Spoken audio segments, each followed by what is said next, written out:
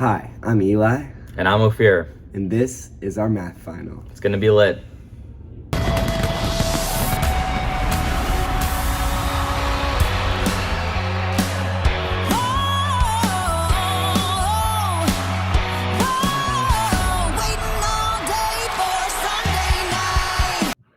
Football was invented on September 17th, 1920 by Walter Camp.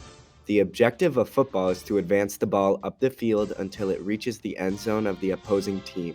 This is called a touchdown, and it is worth 6 points. This can be done by using passes or runs.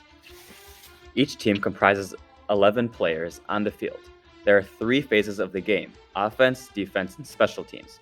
Special teams is in charge of kicking the extra point after the touchdown with 1 point and kicking punts and field goals that are worth 3 points. The offense is looking to get the ball into the other team's end zone before being stopped, while the defense is trying to prevent them from advancing the ball. If the defense catches the offensive player's throw, it is known as an interception. But if the ball is hit out of the offensive player's hands, it is a fumble. The offense has 4 chances to get the ball past the first down marker.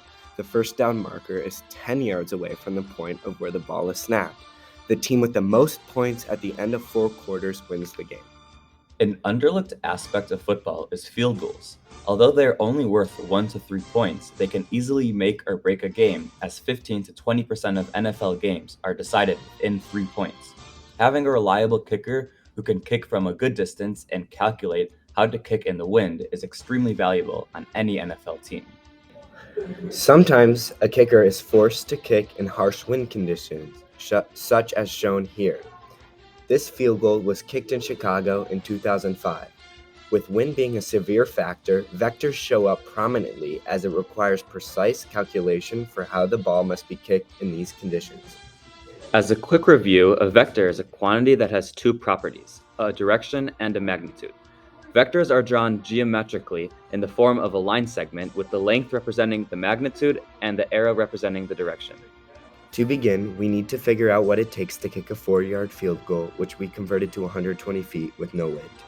We start off by making a sketch of our problem. The ball comes from the point 0, 0, since the ball is kicked from the ground.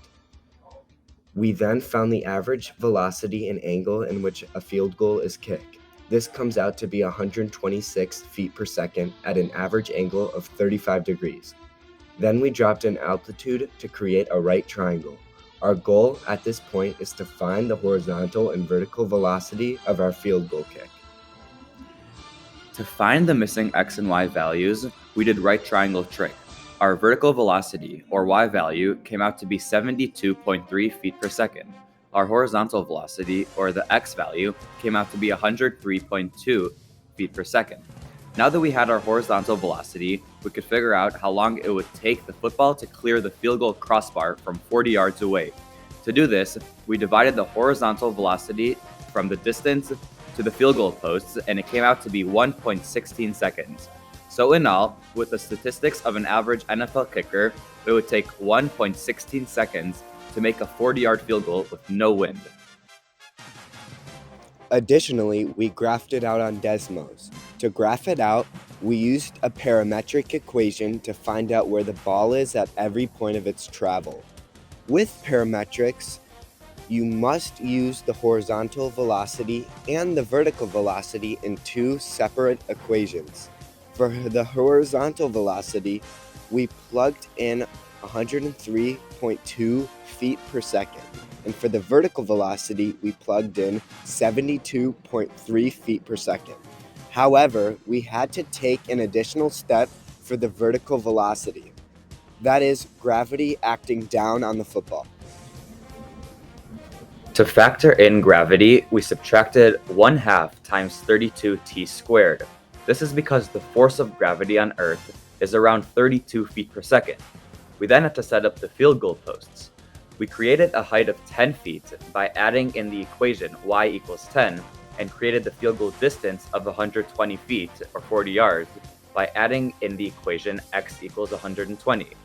When all plugged in, the graph showed us the arch of the kick crossing the field goal crossbar with ease. This makes sense as every NFL kicker can drill a 40-yard field goal almost effortlessly. We found the height of the football at the moment it cleared the crossbar to be 41 feet, meaning it would easily clear the 10-foot high crossbar by 31 feet. Now that we have the calculations on how an average NFL kicker kicks a 40-yard field goal in perfect conditions, we need to spice it up a bit. Here's the clip again of the 40-mile-per-hour wind at Soldier Field affecting a 40-yard field goal.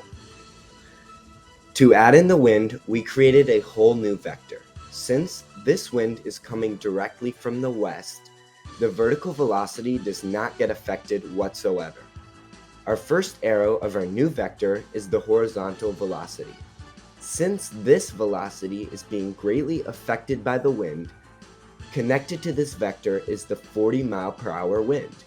We converted 40 miles per hour to feet per second to stay consistent in our units, which came out to 58.7 feet per second.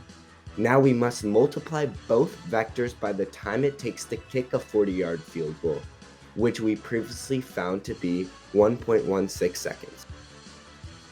After we multiplied both the wind and the horizontal velocity by 1.16 seconds, we were able to use those numbers to find the missing angle and resultant vector.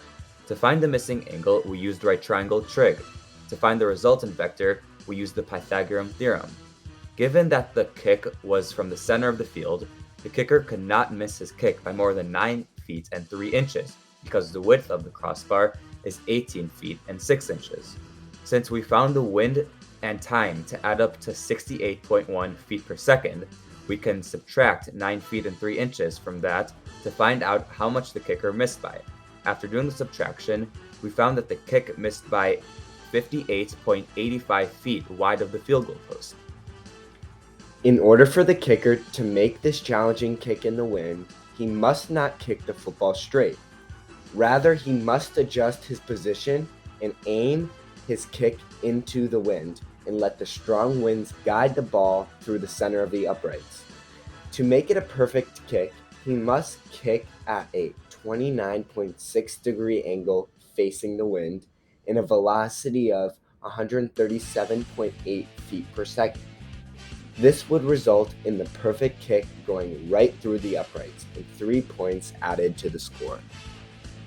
Although kickers may not be known as the most popular or important position on the football field, their contribution and skill set is what can help a team reach the next level. It is easy for fans watching from home to criticize a missed kick. However, they do not realize the intense physics, math, and skill set that goes into every kick. The next time your favorite team's kicker misses a game-winning field goal, don't get mad. Oh wait, never mind. 3-yard attempt from the right hash mark.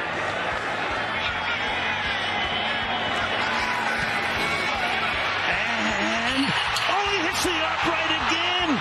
That's impossible. Oh my goodness. The Bears' season's going to end on a double doink.